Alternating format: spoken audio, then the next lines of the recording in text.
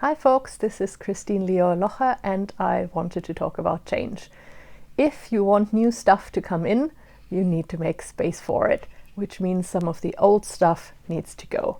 That's true for physical stuff, and there is a whole lot of stuff around decluttering and Marie Kondo and all these kind of things out there on the internet. So if that's something you want to do, do it. Always a good recommendation. And that's also true for other aspects of your life. Try and find some time for new things to come up. If you're set in your usual routines, there is literally no time and space for anything new to come unless a big catastrophe happens.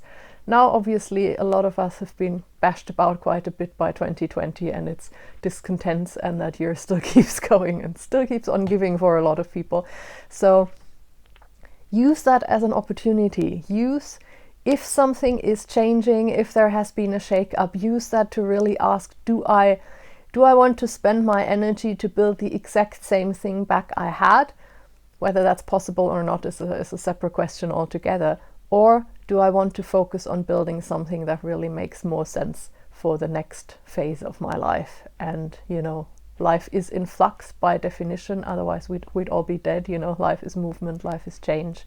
So if you are doing things, make space for something new rather than trying to rebuild the old, which has gone away. So good luck with that.